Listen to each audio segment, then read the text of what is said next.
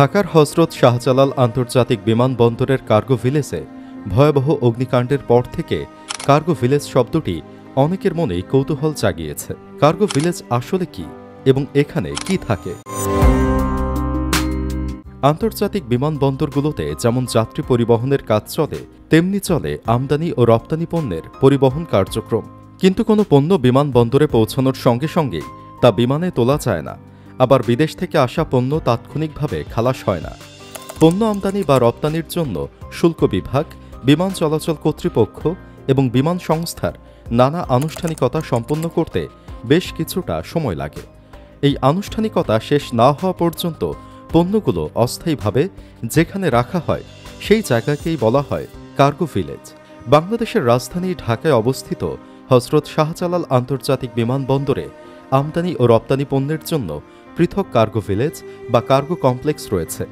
এখানেই গত ২৮ অক্টোবর দুপুরে ভয়াবহ অগ্নিকাণ্ডের ঘটনা ঘটে, যা পণ্যে ভরা একাধিক গুদামকে এক মুহূর্তে গ্রাস করে ফেলে।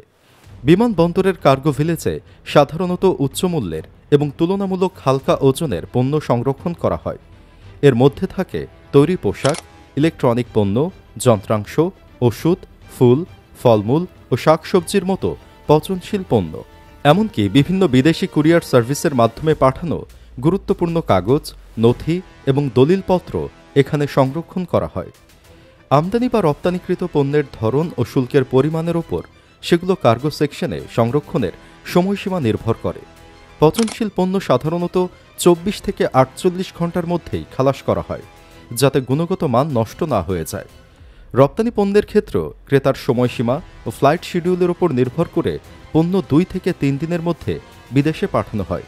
তবে কার্গো বিমানের স্লট বা জায়গা না পাওয়ায় অনেক সময় পণ্য কয়েকদিন পর্যন্ত কার্গো ভিলেজে অপেক্ষা করে থাকে।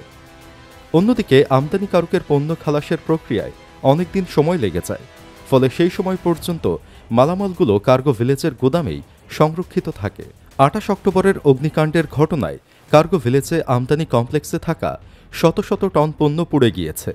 এই আগুনে ঠিক কত পরিমাণ আর্থিক ক্ষতি হয়েছে তা এখনও নিরূপণ চলছে। তবে খাত সংশ্লিষ্টরা মনে করছেন, বাংলাদেশের সাম্প্রতিক অগ্নিকাণ্ডের ইতিহাসে যত আর্থিক ক্ষতি হয়েছে তার মধ্যে সবচেয়ে বড় ক্ষতি হতে পারে এই কার্গো ভিলেজের আগুনেই। কারণ এখানে সংরক্ষিত প্রায় সকল পণ্যই অত্যন্ত মূল্যবান। বিমানবন্দরের কার্গো ভিলেজে সংরক্ষিত পণ্যের অধিকাংশই বিদেশি ক্রেতার জন্য প্রস্তুতকৃত উচ্চ মূল্যের পণ্য, বিশেষ করে তৈরি পোশাক, ইলেকট্রনিক্স সরঞ্জাম ও বিলাসবহুল আমদানি পণ্য। সাধারণত কম গুরুত্বপূর্ণ এবং কম মূল্যের পণ্য সমুদ্রপথে আমদানি রপ্তানি হয়ে থাকে, আর সবচেয়ে মূল্যবান পণ্য পরিবহন করা হয় বিমানের কার্গোতে। তাই কার্গো ভিলেজে আগুনের ক্ষয়ক্ষতি অন্য যে কোনো অগ্নিকাণ্ডের চেয়ে অনেক বেশি।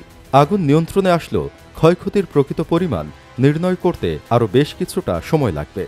ঢাকা বিমানবন্দরের কার্গো ভিলেজে ভয়াবহ দুর্ঘটনার পর বিমানবন্দরের অগ্নি নির্বাপন ব্যবস্থার দুর্বলতা নিয়ে তীব্র সমালোচনা শুরু হয়েছে। প্রত্যক্ষদর্শীদের অভিযোগ, প্রথম দিকে ফায়ার সার্ভিসের গাড়িগুলোকে নিরাপত্তার অজুহাতে কার্গো এলাকায় ঢুকতে দেওয়া হয়নি, ফলে আগুন দ্রুত ছড়িয়ে পড়ে। তাছাড়া বিমানবন্দরের রানওয়েতেও নিরাপত্তার জন্য সার্বক্ষণিকভাবে ৩টি ফায়ার ফাইটার গাড়ি প্রস্তুত থাকে।